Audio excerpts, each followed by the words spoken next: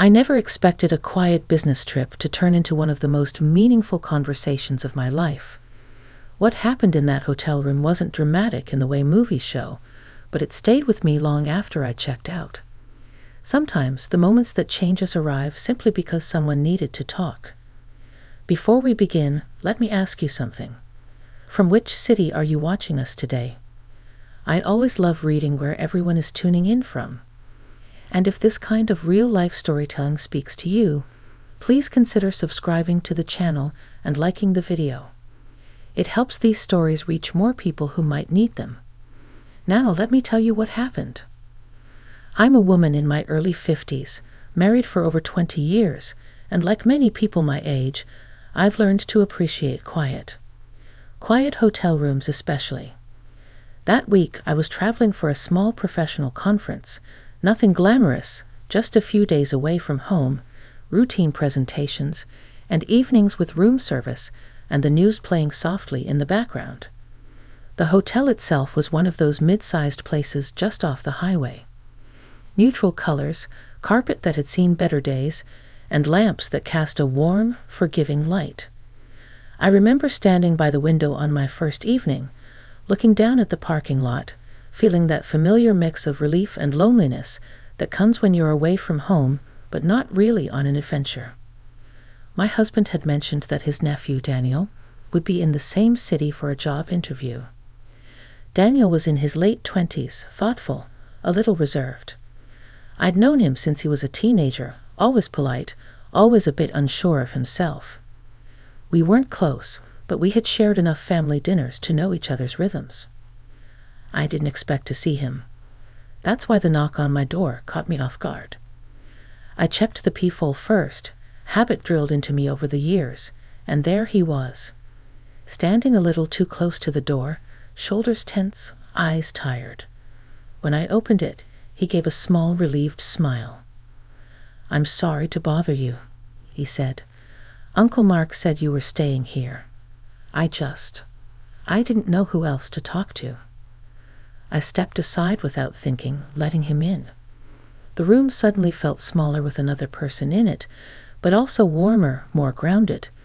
He sat on the chair by the desk while I took the edge of the bed, keeping a respectful distance, the way you do when you're not sure how long someone will stay. He didn't start talking right away.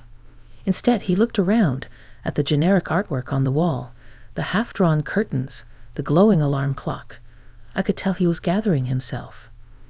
Finally, he said, "Everything feels heavier than I thought it would." That was all it took. For the next hour, he talked. About the pressure he felt to succeed, about comparing himself to others, about the fear of disappointing his family. I listened, really listened, the way I'd learned to over years of marriage, friendships, and loss. I didn't interrupt much. I didn't offer quick solutions. I just let him be heard. As he spoke, I became aware of the quiet sounds of the room. The hum of the air conditioner, a car passing outside, the muted laughter from somewhere down the hall. It felt like the world had narrowed to just that space and that conversation. At one point, he paused and looked at me, his voice softer. "You always seemed like you had things figured out," he said. I almost laughed, but gently. "That's an illusion," I told him. "We're all just doing the best we can with what we know at the time." Saying it out loud surprised me too.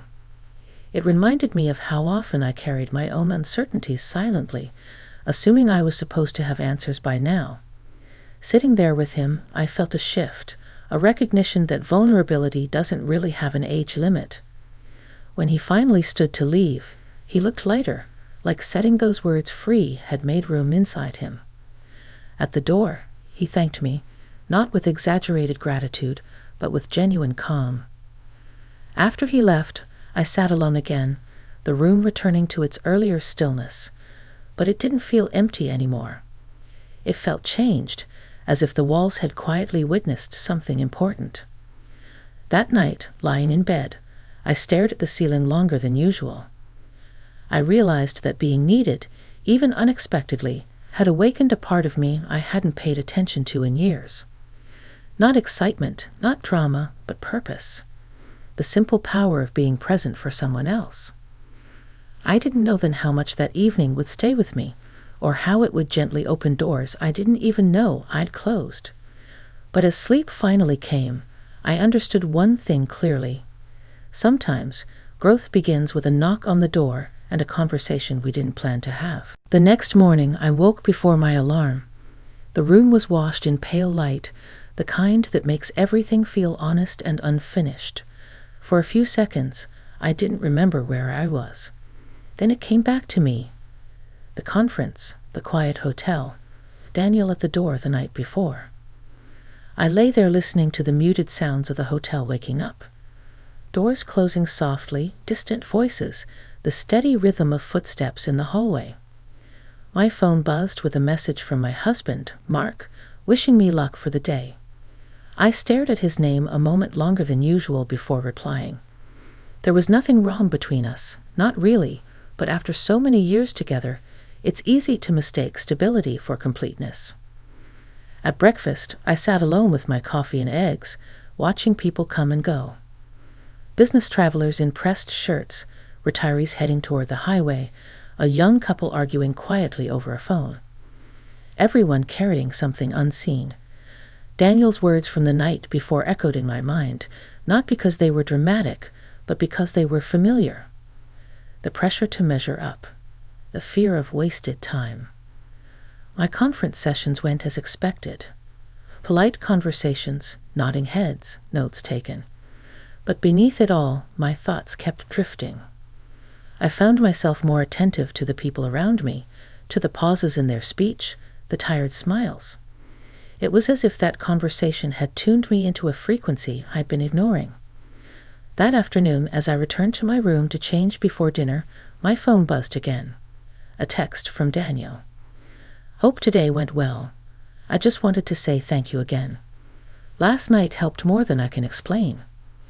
I sat on the edge of the bed, phone in hand. I hesitated before responding, not because I didn't want to, but because I wanted my words to be careful, grounded. I'm glad, I wrote back. Sometimes we all just need space to talk. Take care of yourself today. A few minutes passed before he replied, would it be okay if we talked again? Not long. I don't want to impose. I looked around the room. The lamp, the chair, the same quiet space that had already held one meaningful exchange. I checked the clock. I had nowhere I needed to be. That's fine, I typed. If you'd like, you can come by later this evening. When the knock came that night, it felt different. Not startling, but anticipated.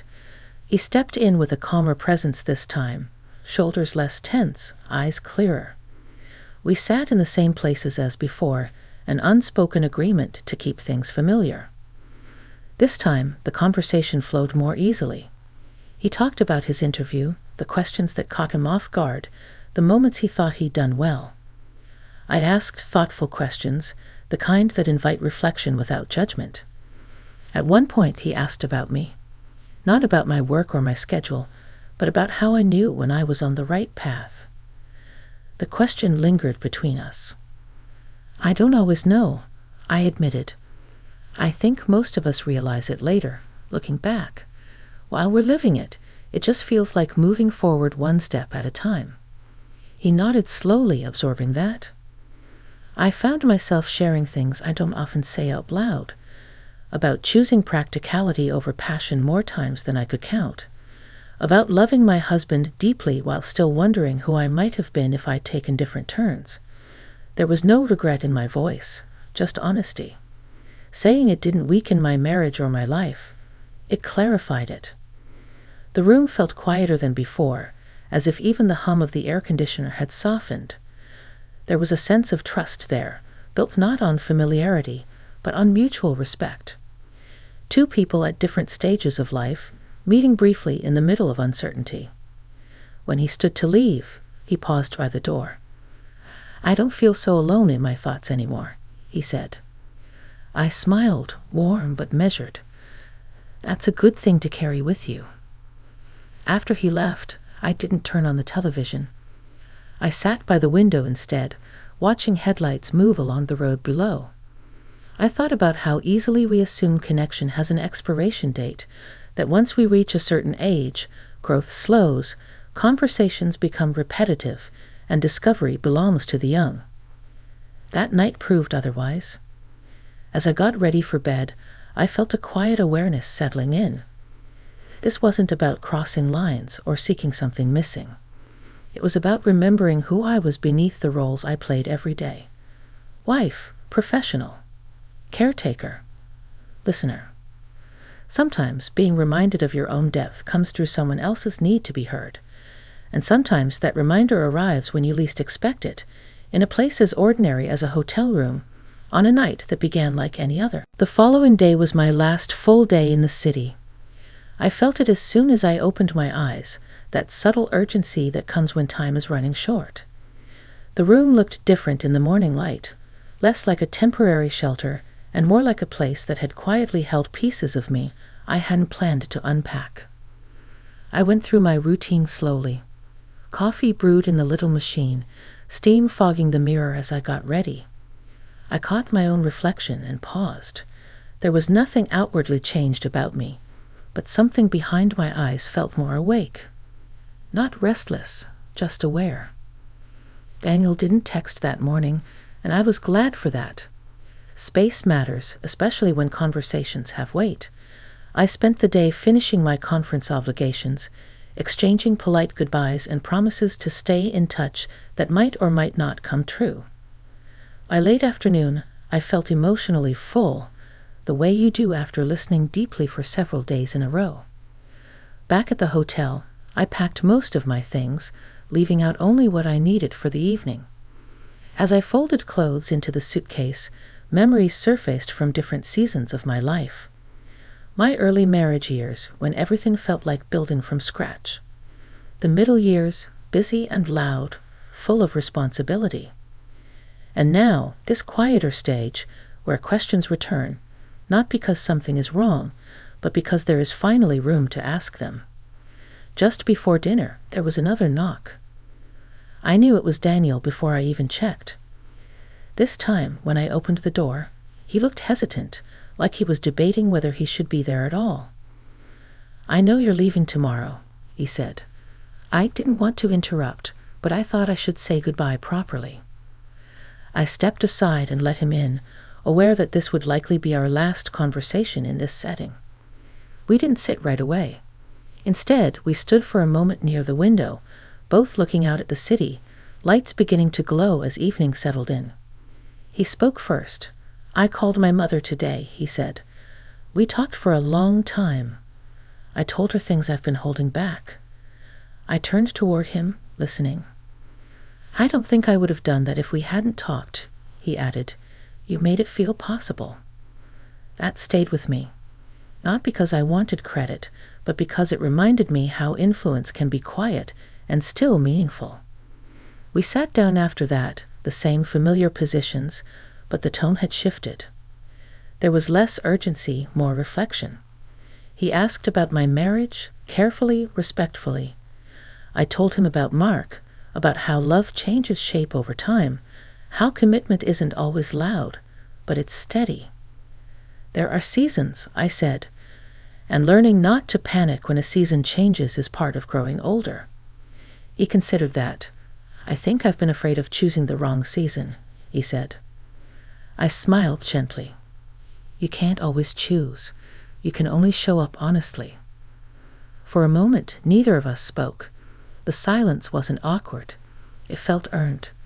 Outside, a siren passed in the distance, quickly fading. The hotel room felt suspended from the rest of the world. Then he did something that surprised me. He thanked me again, but this time he thanked me for treating him like an adult, not like a child who needed fixing. That touched something deep in me. As women, especially at my age, we are often placed in caretaker roles by default. Being seen as someone who could simply listen, without judgment or direction, felt grounding. When he stood to leave, there was no heaviness, no lingering uncertainty. Just mutual understanding.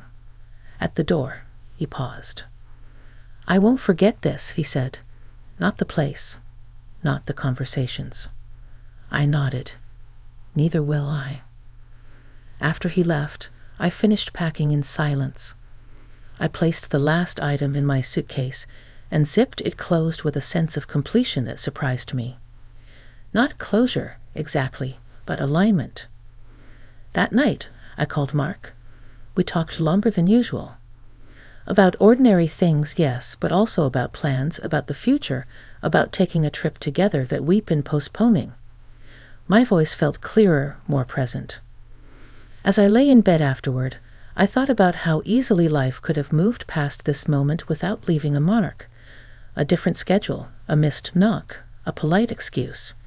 And yet, here I was, changed in small but lasting ways. Growth doesn't always announce itself. Sometimes it arrives through listening, through being trusted, through recognizing that wisdom isn't something you give away and lose, but something that deepens when shared. I fell asleep knowing that whatever waited for me back home, I would meet it with a steadier sense of myself than I'd had before. I checked out early the next morning. The lobby smelled faintly of coffee and cleaning solution, that familiar blend that always signals departure. As I rolled my suitcase across the carpet, I felt a calm certainty settle in me. Not happiness exactly, and not relief, but a quiet steadiness, like something inside had been gently set back into place. Outside, the air was cool. I paused before getting into my car and looked up at the building one last time. It struck me how unremarkable it looked from the outside. No sign that anything meaningful had happened there. And yet I knew better. Life rarely marks its turning points with ceremony. The drive home gave me time to think. Miles of road, radio playing softly, my thoughts drifting without urgency. I reflected on how easily we assume our most important experiences must be dramatic or life-altering in obvious ways. But this wasn't like that. It was subtle, human, a reminder that connection doesn't always demand permanence to be powerful. When I pulled into my driveway, Mark was already home. He came out to help with my bag, smiling the way he always does, familiar and comforting. Inside, the house felt just as I'd left it, but I didn't. As we sat at the kitchen table later, sharing lunch and talking about our week, I noticed how attentive I felt. Not because I was trying to be better, but because I wanted to be present. I told him, in broad strokes, about seeing Daniel, about the conversations, about how thoughtful he seemed. Mark listened without interruption, nodding, appreciating that his nephew had found support during a stressful time. There was no tension in the telling, no secrets, just life unfolding. Over the next few weeks, I carried the experience with me in small ways. I listened more carefully when friends spoke. I paused before brushing past my own questions. I realized that growth at this stage of life isn't about reinvention. It's about integration. Taking what you've learned, what you've felt, and letting it inform how you move forward. Daniel sent one last message a month later. He'd gotten a job offer. He thanked me again, briefly, respectfully, and said he hoped our paths would cross at family gatherings with easier conversations ahead. I smiled when I read it. I wished him well. And that was that. What stayed with me wasn't the place or even the words exchanged, but the reminder that being open doesn't weaken us as we age. It strengthens us. It allows us to show up not as experts with all the answers, but as people willing to sit with uncertainty alongside someone else. Now, when I think back to that hotel room, I don't picture the furniture or the view. I remember the stillness, the honesty, the way two people at different points in their lives met in a moment of mutual respect and left changed in ways that didn't need explanation. If there's anything I've learned from it all, it's this: we never really outgrow the need to be heard, and we never outgrow the ability to offer that gift in return. And sometimes the most meaningful chapters of our lives aren't the loud ones, but the quiet pages that remind us who we are and how far we've come.